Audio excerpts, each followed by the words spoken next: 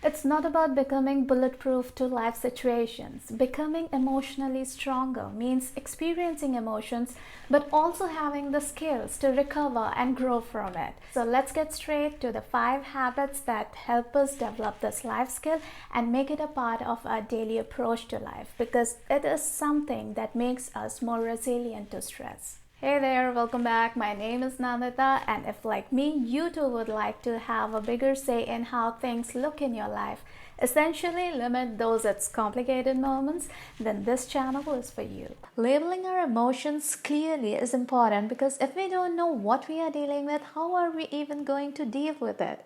A good starting point is to check whether we are feeling mad or glad, sad, or even afraid, instead of just I'm feeling upset or I'm feeling off. Now, emotions are important for our survival, just like physical pain, because they have a special purpose in our life. Physical pain tells us which part of our body has something wrong going with it, or is possibly in the way of getting hurt or damaged. And so we focus our attention on that part and do what needs to be done to get it back to normal. And broadly speaking, emotions too serve a similar purpose.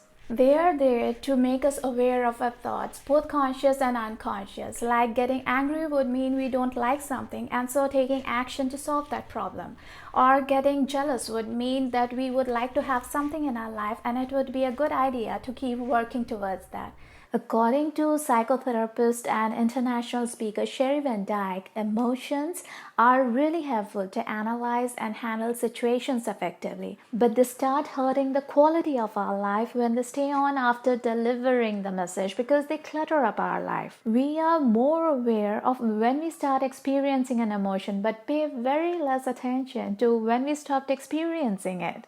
So, when we get into the habit of identifying our emotions, it becomes easier to understand the message for action they carry, to take that action and move on with life. Now, by definition, a stressful situation is one that demands more from us than we are practically able to offer. And according to a study published in the National Center for Biotechnology Information, stressors have a major influence on our sense of well-being, on our mood and behavior, in other words, our emotions. That means how we deal with everyday stress, our coping techniques, influence quite a bit how mentally strong we are. So, another strategy to become emotionally stronger is to develop the habit of managing stress daily. Because when we manage everyday stress, we are basically training our brain to handle tougher situations better. When we do the little hard things in life, life becomes easier because we gradually become stronger. Okay, so let's go for a quick win first. Sometimes it becomes important to calm the body down to manage emotions better. Do a forward bend, either standing up trying to reach your toes or sitting down with your head hanging between your knees. Now take deep, long breaths. Exhale for longer than you inhale. Do this for 45 to 60 seconds and then get back up slowly. What this does is it activates our parasympathetic nervous system, or our rest and digest system, which helps us slow down and feel calmer. But to get the most out of this technique, to make it really effective, follow it up by habit number 1. Name the emotion to deal with it better. Now, logically, what would reduce the need for these quick fixes? It would be reducing the number of things creating unnecessary stress in our life, right? And the best way to do that is working on creating healthy personal boundaries, because they help simplify life, reduce the number of times we pile on unnecessary stress in our life, like agreeing to do things just because we couldn't convincingly say a no. This takes us to the third habit of choosing our own attitude. But what does that mean? See, sometimes when dealing with negative or toxic situations, we either tend to take things to heart or get angry, start using their language, and end up feeling more emotionally riled up. Basically, give others the power to control our strings.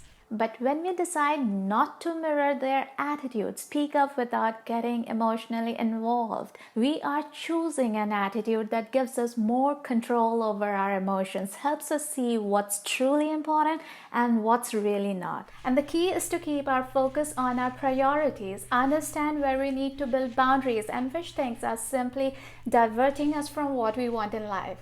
See, according to the book The Unthinkable Boundaries of Self by Kieran Benson, How we think we would feel after doing something we have learned not to do indicates what kind of a person we truly are. So, when standing up for ourselves, are we worrying more about not being seen as a likable, easygoing person anymore?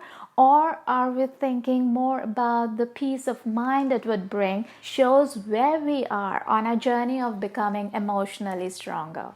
It's important to choose our attitude wisely to manage our emotions better. By the way, if you're finding this helpful, like the video to keep it handy and also make it easier for it to reach other people who might find it useful. Appreciate that. Now, there are some knee-jerk reactions that are subconscious and so not really in our control, like feeling anger flare up at an unjust accusation or feeling hurt at a thoughtless remark. That's normal, that's just human. But what helps handle these situations effectively to come out of this experience emotionally stronger is the habit of taking a pause. Taking a pause before acting on our first instinct, holding the response or reaction till we have time to analyze what's really happening over here. Whether it's a blown up praise or an unjust comment, they have the potential to stir us up in their own way. Because even though it might boost our pride and make us feel good in the moment, an untrue praise almost always carries a rider. The key is to get comfortable with our unique blend of qualities so that we have a healthier value of self-worth. This helps us see when something is way off the truth and so doesn't really deserve spending our emotional energy on. Remember that people's opinions are just that, their way of looking at things through their own issues and biases. And so, if a feedback isn't constructive, it's in no way more valid than what we know or think. No one can know us better than we do ourselves because obviously no one can see the whole gamut of our memories, emotions, and preferences that go together to influence the choices we make in our life. Now, it's one thing to worry about something and come up with a tentative action plan because that's productive, that takes our life forward. But worrying about things out of our control or ruminating about the past only intensifies the emotions attached to those. Obsessing over the past or worrying about what might happen in the future, worrying without a goal or an action plan, is simply going to hurt our present. We now know that emotions are there to trigger some kind of action. So to manage emotions better, to become emotionally stronger, we need to develop the habit of taking action. There will always be things out of our control, but also those that we can do something about, those that are within our control. And the key is to focus on those, plan what can be done right now to take things forward. And what proves we are becoming emotionally stronger is when the things we keep ruminating about, we now know how to handle those better, whether right now or in the future. But when our mind is chock full of thoughts about things that need to be done, ideas, hurts, worries, it becomes difficult to handle emotions better, be able to see things clearly and know the right approach to choose.